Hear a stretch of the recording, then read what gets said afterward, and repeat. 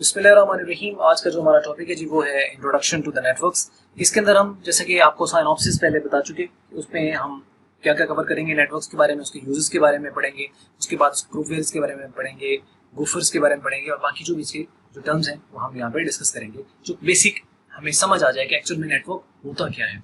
तो नेटवर्क असल में क्या होता है, नेटवर्क के अंदर ये होता है कि आपके पास जो है, फॉर एग्जाम्पल आपके पास एक पर्टिकुलर कोई डिवाइस है, जैसे आपके पास कोई स्कैनर है और आप एक ऑफिस में एक ही स्कैनर है और वो स्कैनर है वो आपके जो बाकी इंप्लॉइज हैं वो भी इस्तेमाल करना चाहते हैं। ये एक जो प्रिंटर है वो आपके भी इंप्लॉय जो है वो इस्तेमाल करना चाहते हैं, लेकिन है आपके पास एक।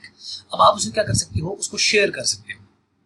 शेयरिंग का क्या फायदा होता है कि यानी उससे क्या होगा कि एक ही प्रिंटर होगा लेकिन सारे अपनी अपनी जगहों में बैठकर उसको वहां से डॉक्यूमेंट्स को स्कैन भी कर सकते हैं और जो भी डॉक्यूमेंट्स होगा उसको वहां से फिर प्रिंटर लगा तो प्रिंटर से वो प्रिंट भी ले सकते हैं। तो ये इस तरीके से, ये ऐसे है जैसे आपके पास एक राउटर होता है तो वो वाईफाई होता है, तो उसके मतलब एक डिवाइस एक है लेकिन बहुत सारे लोग उसके साथ कनेक्टेड है, तो वो एक शेयरिंग आपको दे रहा है। यानी आपका नेट भी चल रहा है, आपका मोबाइल में भी चल रहा है, लैपटॉप पे भी चल रहा है। तो एक्चुअली ये एक नेटवर्किंग डिवाइस है। राउटर जो है वो एक नेटवर्किंग डिवाइस होती है, तो जो आपको कम्युनिकेशंस करा रही होती है। यानी आप एक लोकल जो आपका एक कंप्यूटर होता है उसको आपके वाइड एरिया नेटवर्क के साथ आपको जो कनेक्शन प्रोवाइड कर रही है वो एक राउटर है, वो डिवाइस है।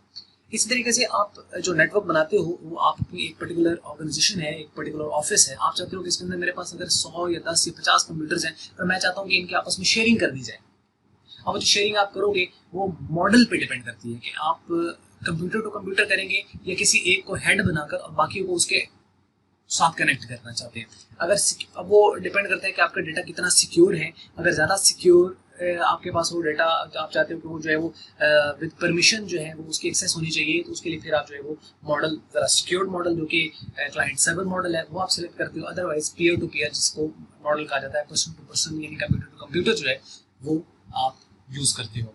तो ये एक नेटवर्किंग की जाती है। वो जो नेटवर्किंग बनाई जाती है तो उसके लिए फिर आपको कुछ कंपोनेंट्स रिक्वायर्ड होते हैं, उसके लिए कुछ केबल्स वगैरह हैं, कुछ जो नेटवर्क कार्ड होता है वो होता है, तो हम आगे कंपोनेंट्स में पढ़ेंगे। तो उससे एक नेटवर्क फॉर्म किया जाता है, उसको स्टैब्लिश करने के बाद फिर उसको जो है वो एक्टिव जब कर दिया जाता है तो फिर उसके जो भी हार्डवेयर रिसोर्सेज हैं, सॉफ्टवेयर रिसोर्सेज हैं, वो आपके पास शेयर कर सकते हो। अब जो आप अलाउ करोगे तो वो जो शेयरिंग है वो आप कर पाओगे। जैसे रिमोट एक्सेस होती है, आपके पास एक डेस्कटॉप कंप्यूटर है, उसको आप जो है वो दूर बैठे वहां से आप उसको रिमोट एक्सेस के जरिए से, जो उसका आईपी एड्रेस होता है उसके जरिए से जैसे आप उसको रिमोटली एक्सेस कर सकते हो ना, तो वो नेटवर्किंग में इसी तरीके से है। लेकिन ये होता है कि आपस में केबल के जरिए से या वायरलेस कनेक्शन के जरिए से जोड़ दिया जाता है। यानी जो नेटवर्क बनाया जाएगा ये वायरलेस भी हो सकता है और वायर्ड भी हो सकता है।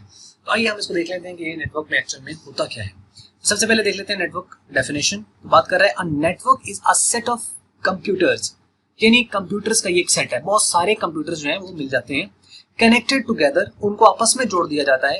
क्यों जोड़ा जाता है? For the purpose of sharing. किस मकसद के लिए? शेयरिंग करने के लिए। अच्छा, शेयरिंग में हम क्या क्या कर सकते हैं? शेयरिंग के अंदर आप हार्डवेयर और सॉफ्टवेयर रिसोर्सेज को शेयर कर सकते हो। मतलब जब नेटवर्किंग बनाई जाती है तो क्या उसमें सिर्फ हार्डवेयर हम शेयर करते हैं या सॉफ्टवेयर शेयर करते हैं? तो आंसर है कि दोनों शेयर कर सकते हैं। यानी कोई सॉफ्टवेयर है, आपके पास माइक्रोसॉफ्ट वर्ड है, एक सिस्टम के ऊपर है, आप चाहते हो कि यार मैं मेरे पास माइक्रोसॉफ्ट वर्ड नहीं, आप उसको एक्सेस करके वहां से आप उसको यूज कर सकते हैं अपने डॉक्यूमेंट्स को।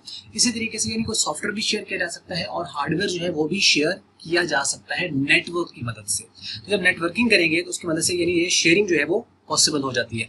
तो नेटवर्क क्या है? It's a collection of the computers and other devices as well which are connected together for the purpose of sharing the hardware and the software resources. यानी नेटवर्क जब भी पूछे क्या क्यों बनाते हैं, क्या है नेटवर्क? क्या है? मुख्तलिफ किस्म की कंप्यूटर डिवाइसेस का एक इंटरकनेक्शन, आपस में एक दूसरे के साथ जुड़ जाते हैं। अच्छा, क्यों जोड़ते हैं हम? इसलिए ताकि हार्डवेयर सॉफ्टवेयर रिसोर्सेज को शेयर किया जा सके। और ये शेयरिंग क्यों जरूरी है? इसलिए कि हमारे पास जो रिसोर्सेज हैं वो लिमिटेड हैं। तो जहां पे भी लिमिटेड रिसोर्स होगा, यानी आप 100 कंप्यूटर्स हो तो 100 प्रिंटर तो नहीं लेके आ जा सकते। उसके लिए क्या है कि आपको, चले बिजी स्केड्यूल है, अगर आपका डिपेंड करता है कि जी आपको टाइम ज्यादा लगता है, नहीं अगर वो प्रिंटर एक बंदे ने 100 प्रिंट दिए हमें तो दूसरे को तो वेट करना पड़ेगा।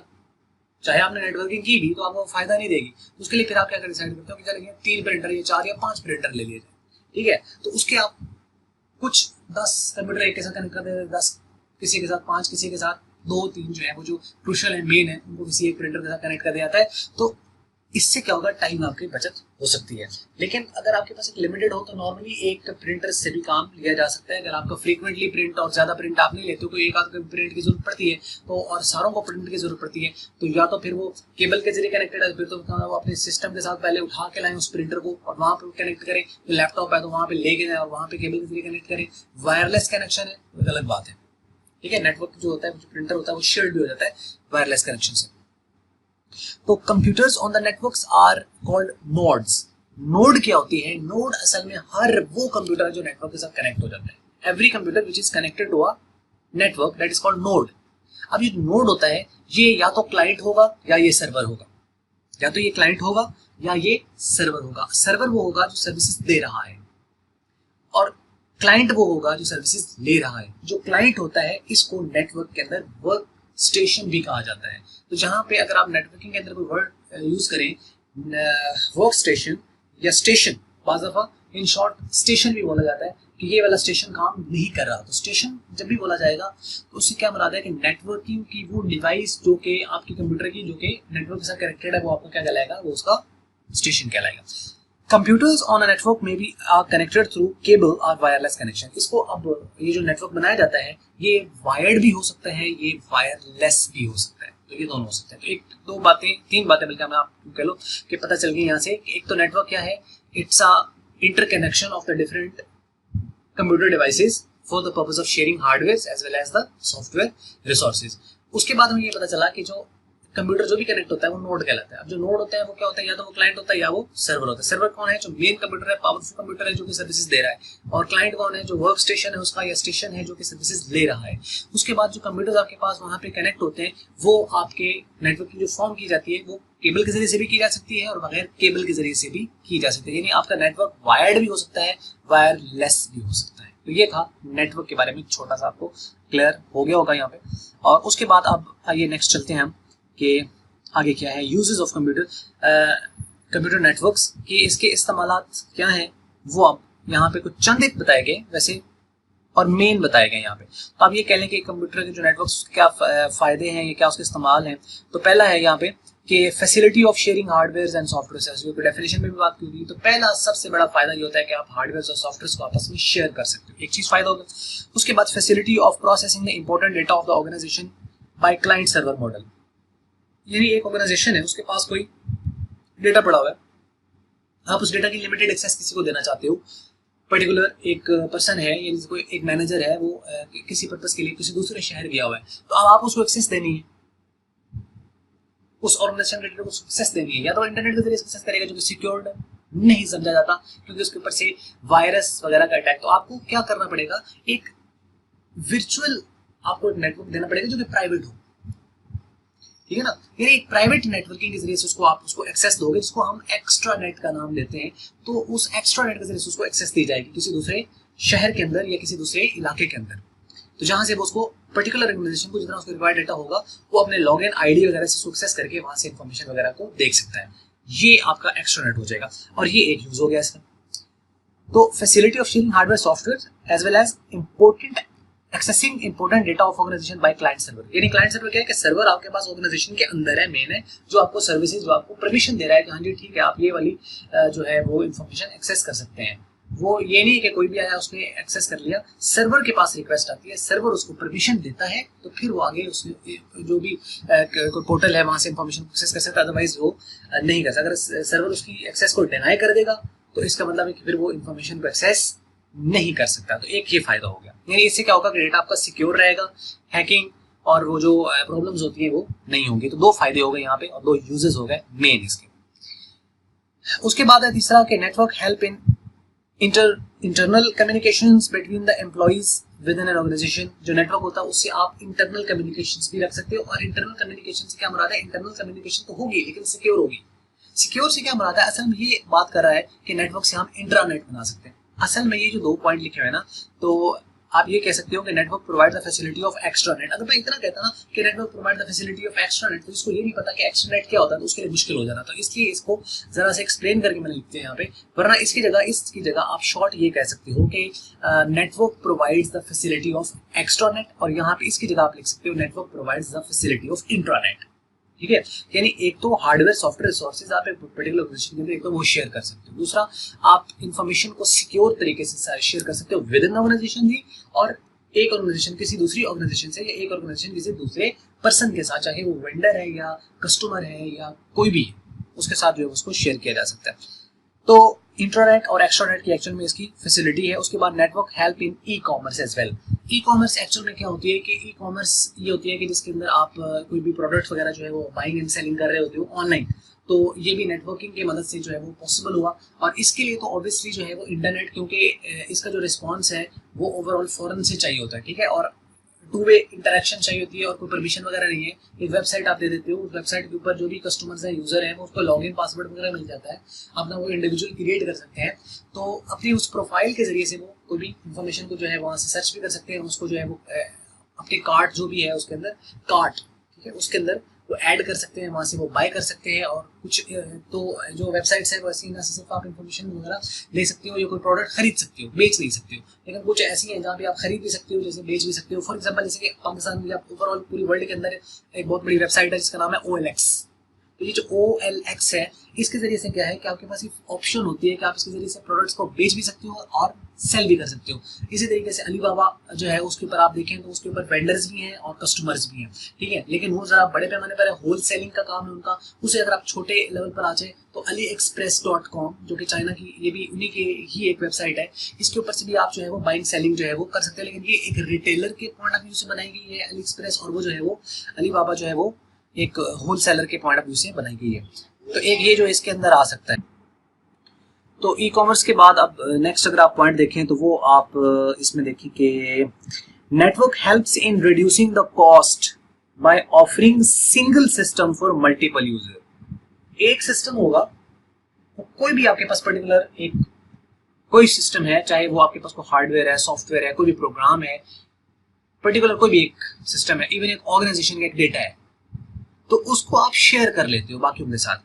तो वो क्या है कि आपको उसको हर जगह क्रिएट करने की, कंप्लीट सिस्टम बनाने की जरूरत नहीं है, उसके ऊपर टाइम वेस्ट करने की जरूरत नहीं है, उसके ऊपर कॉस्ट जो है वो ज्यादा आपको जाया करने की, पैसे जाया करने की जरूरत नहीं है। सिर्फ क्या है कि आप वहां से उसको यूज कर सकते हो। उसके बाद आजकल जो कि ये पहले तो था कि डॉक्यूमेंट्स वगैरह, टेक्स्ट की फाइलें, इमेज की फाइलें, जो ऑडियो वगैरह जो है, ये सारी इस तरह की जो छोटे लेवल पे जो फाइल्स होती थी, ज्यादातर जो यानी आपके लोग के डेटा फाइल्स वगैरह थी, उनको शेयर किया जाता था। आजकल जो कि वॉइस ओवर IP है, ठीक है, ये एक बहुत ज्यादा जो है वो इन है एक मार्केट के अंदर, जिसकी वजह से यानी आपको, जैसे आप देखो कि मोबाइल पर अक्सर आपको ना कॉल आती है, जैसे किसी भी कंपनी की तरफ से वो कॉल आ जाती है, तो वो क्या होता है कि आप जैसे उसको ऑन करते हो, कोड होता है यानी 0300 या ऐसा कुछ भी आपके पास आ जाता है। तो जब आप ऑन करते हो तो वो आगे से कोई भी खातून जो कि एक रिकॉर्डेड होती, एक होती है, रिकॉर्डेड लाइन होती है, वो आगे से उसको जो है वो IVR जिसको कहा जाता है, तो वो IVR के ऊपर आपको जो है वो ट्रांसफर एक्चुअली किया होता है आपका नंबर, और वो आगे से बोलनी रहती है कि फ्लान टोन लगाने के लिए ये कर दें, फ्लान टोन लगाने के लिए ये बटन दबा दें, अगर आप ये चाहते हैं तो वो दबाएं, ठीक है। या अगर आपका जो है वो नंबर जो है कवरेज से बाहर है तो आप इसके लिए जो है वो क्या कहते हैं उसको, मिस कॉल अलर्ट की जो सर्विस है आप उसको एक्टिवेट कर लें, या और भी बहुत सारी सर्विसेज होती हैं, ठीक है, तो वो आती है इसके ऊपर।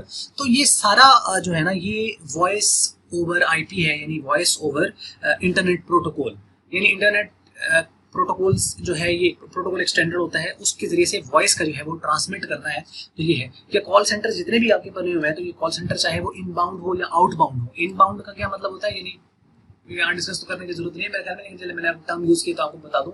इनबाउंड क्या होता है कि जैसे आपको कॉल रिसीव होनी है, कॉल सेंटर के अंदर बंदा बैठा हुआ है, उसने किसी को कॉल नहीं मिलानी है, कॉल उसको रिसीव होनी है, वो इनबाउंड है। और आउटबाउंड ये होता है कि बाहर से कस्टमर कॉल नहीं करेगा, आप कस्टमर को कॉल करें। जैसे अक्सर प्रमोशंस किया जाती है ना कि जी फलां कंपनी से बात कर रहा हूँ सर, तो या फलां मैं बैंक से बात कर रहा हूँ सर, तो मैंने आपके ट्रांजेक्शन वगैरह देखे, तो आपके ट्रांजेक्शन बहुत अच्छी हैं, तो मैं सर आपको ऑफर करना चाहूँगा कि क्रेडिट कार्ड की फैसिलिटी, या कोई भी और प्रमोशन है, जैसे हॉस्पिटल्स वगैरह के अक्सर वो गैस की तरफ से आजकल कॉल्स वगैरह जो आती हैं, जिसमें बताते हैं कि आपके जो इंश्योरेंस, लाइफ इंश्योरेंस पॉलिसी होती है, तो वो एक बंदा उन्होंने बिठाया होता है, तो वो बात करना शुरू कर देता है, ठीक है ना, कि जी आप इसकी अपनी इंश्योरेंस पॉलिसी करा लें और इससे ये फायदा होगा और वो फायदा होगा, और ये इस तरह की। तो ये क्या है, वो बंदे की कॉल आती है। एक तो होता है ना रिकॉर्डेड लाइन, जिसको IVR कहा जाता है।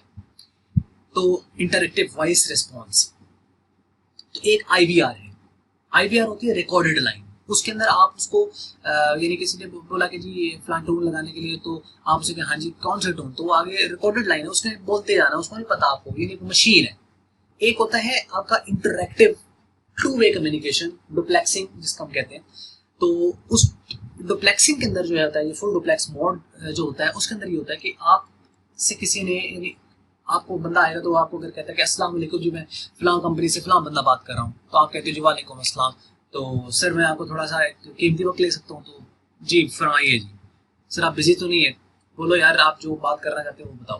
तो वो कहेंगे सर मैं ये कंपनी के एक प्रोडक्ट है उसके वाले से मैं आपको कुछ जो है वो इन्फॉर्मेशन देना चाहूँगा, ये वो सारी वो डिटेल जो है इसके ऊपर बताता है। तो वो सारा क्या है, वो वॉइस ओवर IP है। तो ये नहीं बताने का मकसद कि जो जितने भी आपके पास कॉल सेंटर्स हैं ये सारे VoIP हैं, ये सारे voice over the internet protocols actual में ये सर्विसेज हैं जो कि वो यूज़ कर रहे हैं। और इसने टेलीकम्युनिकेशंस के अंदर सबसे बड़ा एक रेवोल्यूशन लेके आए हैं। सबसे ज़्यादा एक बड़ा जो रेवोल्यूशन आया है वो इसकी वजह से आया हुआ है। तो ये वॉइस ओवर IP है, ये इनबाउंड और आउटबाउंड दोनों कॉल सेंटर्स वगैरह जो है वो यूज़ करते हैं। तो ये इसका एक यूज़ है। तो यानी नेटवर्किंग की वजह से क्या हो गया, एक कॉल होती है तो वो देखें अब इसका नेटवर्क में कहाँ से यूज़ आ गया कि रिकॉर्ड एक कॉल की और वो रिकॉर्ड सारों को चली जाती है। उसकी एक यानी जैसे बैच फाइल के बारे में हम बात कर चुके हैं, बैच फाइलिंग की जाती है। तो बैच फाइलिंग के अंदर क्या होता है कि इनिशिएट किया, तो इनिशिएट करने के बाद एक पर्टिकुलर टाइम के बाद पहले कॉल अगले बंदे को चलेगी, दूसरे को चलेगी, जो भी लिस्ट के अंदर जो नंबर्स आ रहे होते हैं उसके ऊपर चली जाती है। अब इनको रोकने वाला कोई नहीं है। आप एक कस्टमर है, वो अगर अपनी प्रमोशंस के लिए जो है वो किसी को कॉल करता है ना, तो उसका नंबर ब्लॉक हो जाता है PDA के जाने से। अब किस लिए, यानी इतना ज़्यादा मैसिव किस्म का जो चीज़ है वो भेजी जा रही है, और ये कंपनीज वाले खुद भेजते रहते हैं, तो उसके ऊपर पूछने वाले कोई नहीं। डुअल स्टैंडर्ड्स है, एनी हाउ ये प्रॉब्लम्स तो है।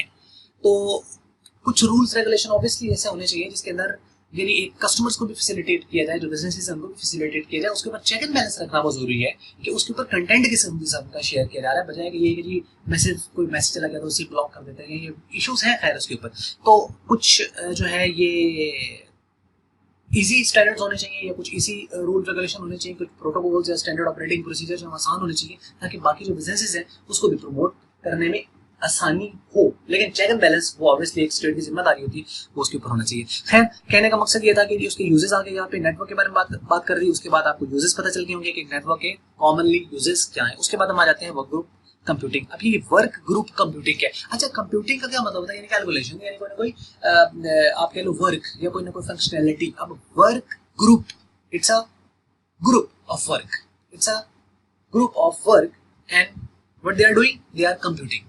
It's a group of work, what they are doing, they are computing, mean they are doing some kind of functionality. समझ लगी? एक कॉमन टर्म। अब आप इसके देखेंगे ये है क्या। It's a group of persons working together on a particular task and sharing information through computer network is called work group. यानी ये क्या है, ये एक पूरी ऑर्गेनाइजेशन है, ये एक पूरी टीम है जो एक पर्टिकुलर टास्क के ऊपर काम करी। जैसे एक सॉफ्टवेयर बनाया जाता है ना, तो आपको पता होगा कि सॉफ्टवेयर बनाने के लिए एक पूरी टीम काम करे। सॉफ्टवेयर बनाने वाला कोई एक बंदा नहीं होता, वो प्रोजेक्ट होता है। प्रोजेक्ट आपको पता है कि जितने प्रोजेक्ट्स आते हैं ना, तो कंप्यूटर का टर्म यूज होते हैं डिवाइड एंड कंकर रूल। अब वो डिवाइड एंड कंकर रूल क्या है कि तकसीम करो फतह करो। मतलब क्या है कि आपके पास एक बड़ा टास्क आ गया, अब आप उसको क्या करोगे, उस बड़े टास्क को डिवाइड करोगे छोटे चंक्स के अंदर। अब जो छोटा चंक आपके पास आएगा उसको अब आप क्या करोगे, इंडिविजुअल किसी पर्सन को देखोगे, अच्छा भाई तुम्हारा ये काम है, तुमने सिर्फ ये करना है। अब वो बंदा उसके ऊपर काम करेगा, अब जितना भी है उसके ऊपर।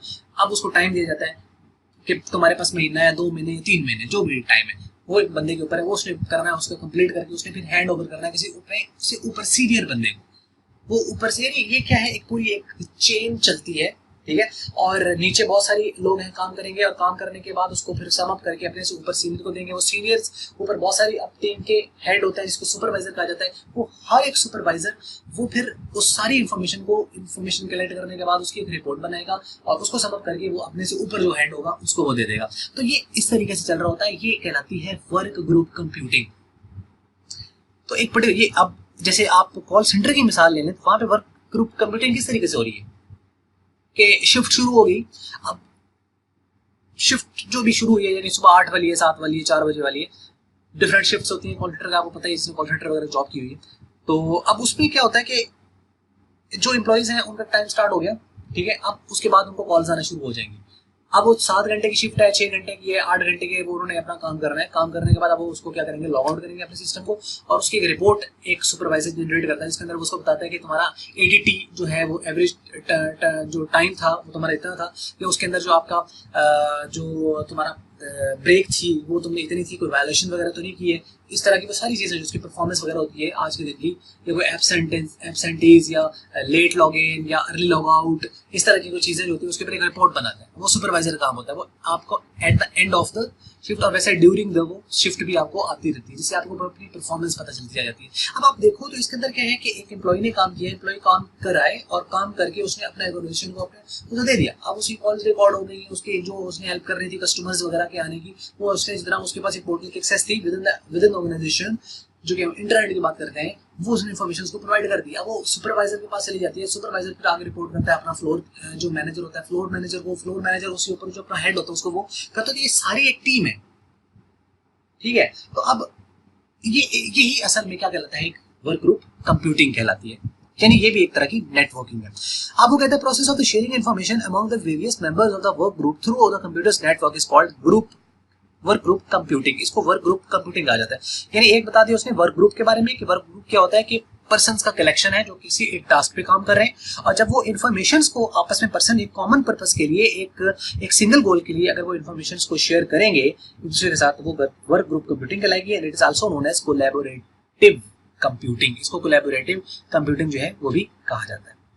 तो ये था जी यहाँ तक, और उसके बाद आ जाते हैं हम नेक्स्ट 2 टर्म्स हैं, और एक है ग्रुपवेयर और एक है गोफर। आप इसके बारे में देख लेते हैं। तो ग्रुपवेयर क्या है? A program which facilitates the work group computing is called groupware. Groupwares are also called collaborative softwares. अब जो भी आपको काम करना है तो उसके लिए एक सॉफ्टवेयर चाहिए होता है, और वो सॉफ्टवेयर क्या होता है, एक स्टैंडर्ड सॉफ्टवेयर होता है।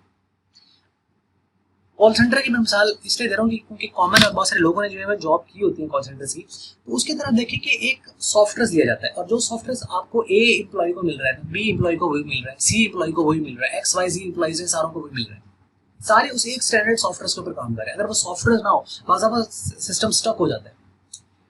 तो जो भी एक पर्टिकुलर ऑर्गेनाइजेशन के अंदर जो सॉफ्टवेयर जो भी यूज कर रहे हैं, तो अगर वो काम करना छोड़ देगा तो इसका मतलब किसी एक एम्प्लॉय का काम करना नहीं छोड़ेगा, वो सारों का छोड़ देगा। बाज़ाफ़ा एक इंटरनल किसी सिस्टम के अंदर भी प्रॉब्लम आ जाता है, जैसे अगर हेड गियर उसके अंदर कोई प्रॉब्लम आ गया, हार्डवेयर का कोई प्रॉब्लम आ गया, या सिस्टम इटसेल्फ भी स्टक हो जाता है कि 24 आवर्स चल रहा है सिस्टम, तो उसके अंदर प्रॉब्लम्स आ सकती है।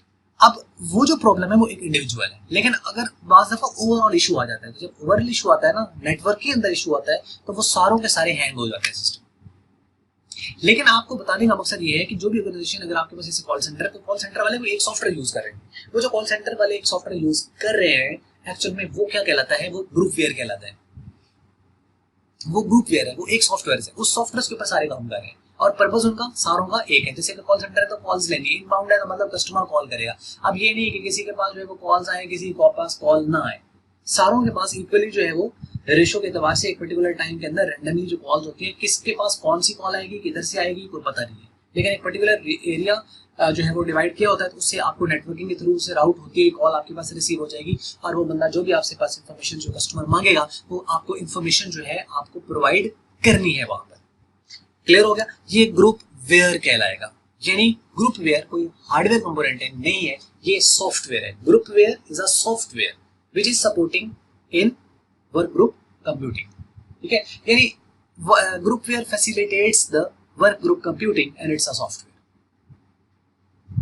उसके बाद आप बात कर लेते हैं गोफर की, जो कि पहले यूज होता था, अब तो ये खैर नहीं है। तो from about 1992 to 1996, Gopher was an internet application which was used to search and retrieve the information from the internet to an individual user. कोई इन्फॉर्मेशन ये क्या करता था, सर्च कर, जैसे आज गूगल है, तो गूगल क्या है, एक टर्शियरी सोर्स है, मतलब गूगल के पास अपने पास कोई इन्फॉर्मेशन नहीं है, गूगल के पास एक भी इन्फॉर्मेशन नहीं है, सारी इन्फॉर्मेशन कहाँ से लेता है, वेबसाइट से।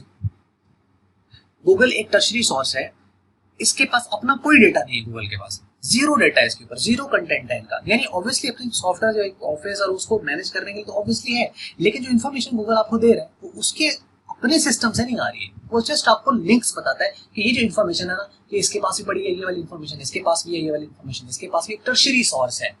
तो ये जो टर्शियरी सोर्स होते हैं ना, ये आपके एक्चुअल में सेकेंडरी जो है आपके पास जो है वो सोर्सेज हैं, जो कि इन्फॉर्मेशन को किसी एक प्राइमरी सोर्स से प्रोवाइड करके as a middle man, as a agent के तौर पर आपको वो देते हैं information.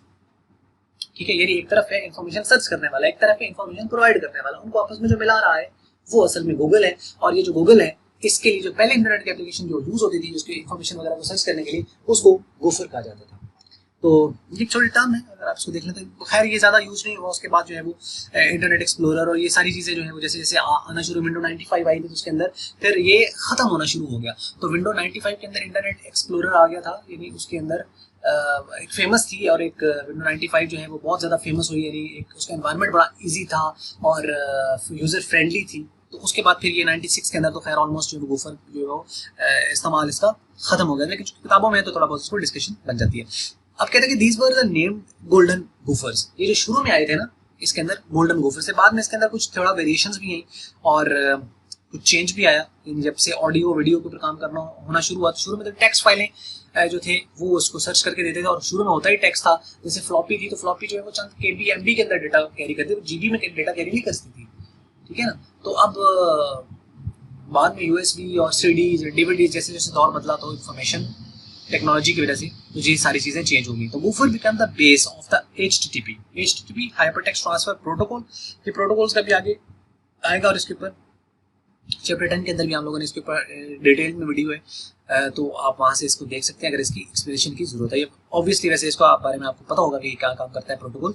From then newer version of the gopher was designed which was called hyper gopher. शुरू में जो आए थे, जो टेक्स्ट के लिए इस्तेमाल होते थे नॉर्मली, वो थे आपके गोल्डन गोफर्स, और बाद में जब से हाइपर टेक्स्ट जो लैंग्वेजेस थी, जब ये HTML आ गई, उसके बाद फिर वेबसाइट्स के ऊपर काम करना होना शुरू हुआ, HTML CSS, और ये जैसे अभी PHP है, तो आने वाले दौर में फिर वो चेंज हो जाए, कोई एडवांस टेक्नोलॉजी आ जाए, आगे बढ़ जाए, तो वो एक अलग कहानी है, ये एक अलग तरीके से कहा जा सकता है। तो ये सारी चीज़ें जो है आहिस्ता आहिस्ता जो है वो मर्ज होते और एक मर्ज होती गई, और आगे एक नई चीज़ बनती गई, फिर मर्ज होती गई, और फिर आगे एक नई चीज़ बनती गई। यानी ये एक वेरिएशन जो है ये दुनिया का आप कह लो खासा है, और इसके अंदर जो चेंज है, जो तब्दीली है, वो इसी तरीके से ही मुमकिन है कि कोई भी चीज़ फिक्स नहीं है। With the passage of time इसे वक्त चेंज होता है, अपने आप को चेंज कर रहा है, और तो इस तरीके से चेंज तब्दीलियाँ सोसाइटी माशरे के अंदर आ रही हैं, टेक्नोलॉजी में चेंजेस आ रही हैं। तो ये था गोफर, और ये था जी आज की हमारी वीडियो, और उम्मीद करते हैं वीडियो आपको जो है पसंद आई होगी, और ये आपको समझ लगा होगा कि क्या था। हमने यहाँ पे डिस्कस किया है नेटवर्क्स के बारे में, हमने इसमें डिस्कस किया है यूजर्स के बारे में, हमने इसमें डिस्कस किया है वर्क ग्रुप कंप्यूटिंग, फिर उसका ग्रुप वेयर, फिर गोफर, और ये हमारा टॉपिक यहाँ पे खत्म हुआ। तो वीडियो अच्छी लगी तो उसको लाइक कर लें, वीडियो अच्छी नहीं लगी तो उसको जरूर डिसलाइक करें, और कमेंट्स में अपने जो है वो ख्यालात का इजहार जरूर कर दीजिएगा। और हमेशा की तरह वीडियो देखने का आपका बहुत बहुत शुक्रिया।